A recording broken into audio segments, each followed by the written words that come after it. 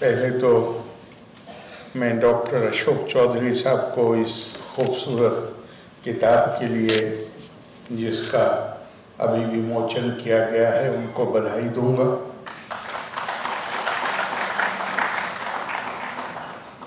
मीरे कारवां आपने शीर्षक दिया है।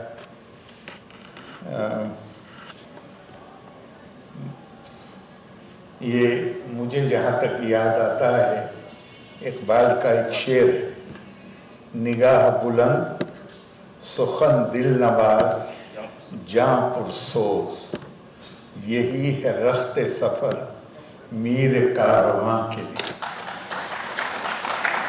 तो आपने वो ये जो शीर्षक दिया है ये बिल्कुल इसी की नीतीश जी से संबंध यहाँ आने के बाद नहीं हुआ है, बल्कि हम दोनों एक ही सरकार में साथ में मंत्री भी रहे।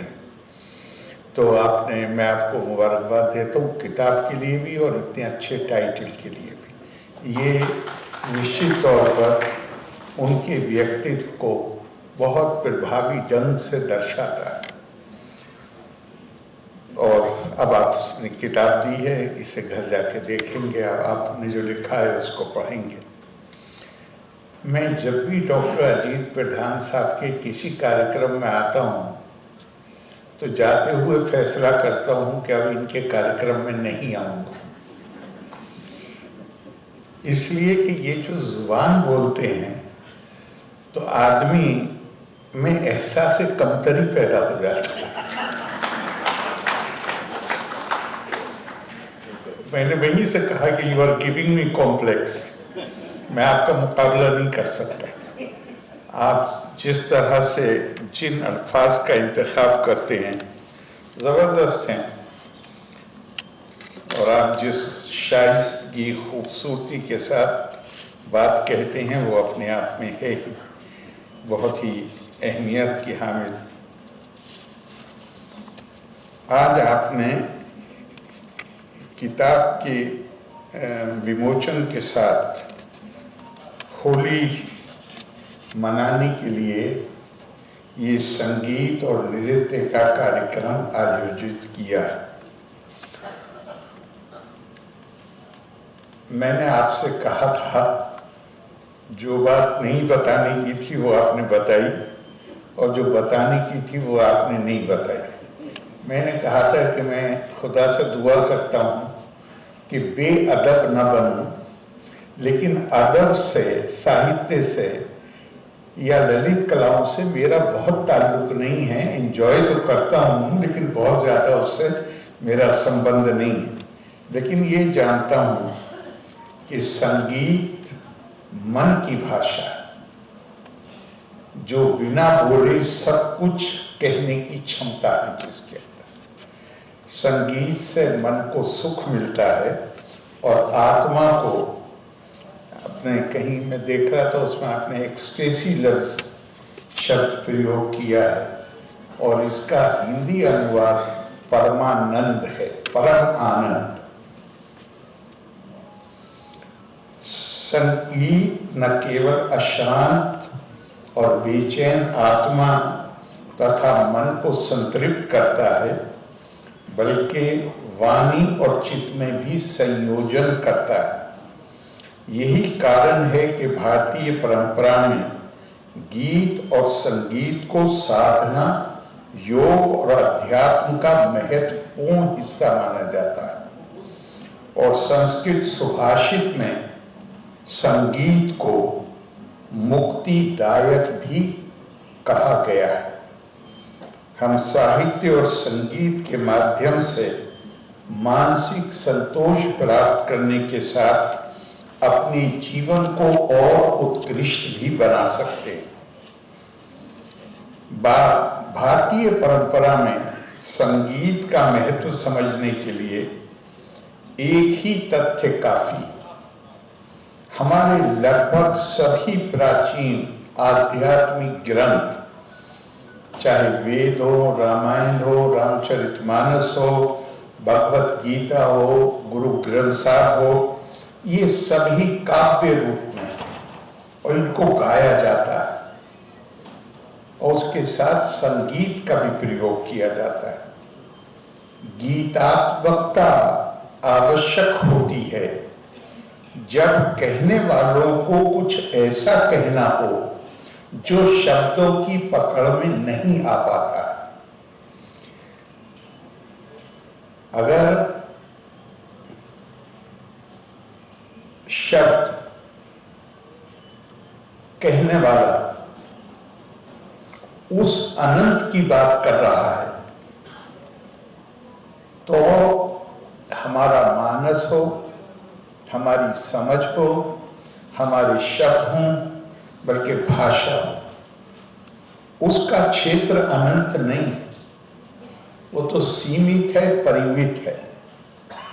तो जब अनंत अनंत के बारे में अभिव्यक्ति देनी हो तो फिर शब्दों के दायरे को तोड़ना पड़ता है और वहां से गीत और संगीत अस्तित्व में आता है। कबीर के पद हैं, निबंध नहीं है, लेख नहीं है। कोई वजह है कि कबीर हों, मीरा हों, दादू हों, रैदास हों, फरीद हों, बाबा नानक हों, सब पदों के माध्यम से अपनी चेतना को अभिव्यक्ति देते हैं। गीत में भावों की प्रधानता होती है और शब्द पीछे रह जाते, भाषा पीछे रह जाती है।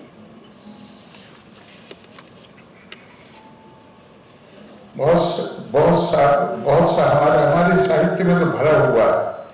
एक जगह कहा है, पशुर वेति शिशुर वेति वेति गाना रसम फनी। संगीत ऐसी चीज है कि वो जानवरों पे भी असर डालती है। मुझे नहीं पता, आप लोगों ने जरूर पढ़ा भी होगा और इस पर YouTube पर क्लिप्स भी हैं कि जहां जानवरों, खासतौर से दूध देने वाले जानवरों को जब संगीत सुनाया जाता है तो उनकी प्रोडक्टिविटी बढ़ जाती है, स्वास्थ्य अच्छा हो जाता है। तो यहाँ यही कहा गया है कि संगीत ऐसी चीज है जिसे जानवर भी समझते हैं, बच्चे भी समझते हैं। और फनी अर्थात सांप, हम देखते हैं कि जब वो बीन बजाई जाती है तो सांप उस पर किस तरह मुग्ध हो जाता है।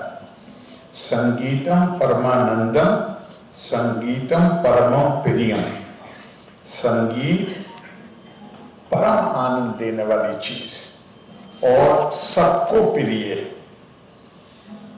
कलात्मक अनुभव बौद्धिक सुरक्षा की सीमाओं को भी तोड़ देता है। कालिदास के एक नॉवेल में वो अपनी चरित्र से कहलाते हैं। यक्ष बादलों को देखकर कहता है कि तुम तो हर वक्त इधर उधर घूमते हो, जब तुम फला जगह पहुंचोगे तो तुम एक मलिन वसनी, एक मैले कपड़े पहने हुए बड़ी सुंदर युवती को देखोगे जो वीणा वादन कर रही होगी। और देखना गौर करके, जब वो मेरे बारे में, मतलब वो उसकी प्रिय है, तो कहता है कि जब वो मेरे बारे में सोचते हुए बजाती है तो उसकी वीणा में जो आवाजें निकलती हैं वो जादू का असर रखती है। और जब वो मेरे बारे में नहीं सोचती है तो फिर वो संगीत साधारण बन जाता है। ये कालिदास ने अपने चरित्र से कहलाया। आपने ये कार्यक्रम आयोजित किया है, मैं आपको बहुत बधाई भी देता हूँ, धन्यवाद भी देता हूँ। अपनी इस परंपरा को जहाँ हम साहित्य, संगीत, काव्य, मुझे एकदम से ध्यान आ गया, हमारे यहाँ कहा गया है, संसार विश्ववृक्षस्य दुई फले अमृतोपमे, काव्य अमृत रसा स्वादा सल्लापा सज्जना नेसा। इस संसार को एक जहरीले वृक्ष की उपमा दी गई है, लेकिन ये कहा गया है कि विष से भरे इस वृक्ष में 2 अमृत से भरे फल लगे होते हैं, और एक है कि जहाँ इंसान ललित कलाओं का, संगीत का, साहित्य का, काव्य का रस ले सके, और दूसरा है कि जहाँ सज्जनों की संगति प्राप्त हो सके। आप ऐसे कार्यक्रम आयोजित करके दोनों ही चीजों का प्रबंध कर देते हैं। बहुत बहुत धन्यवाद। लोका संस्कार सुखिनः भवन्तु। जय हिंद।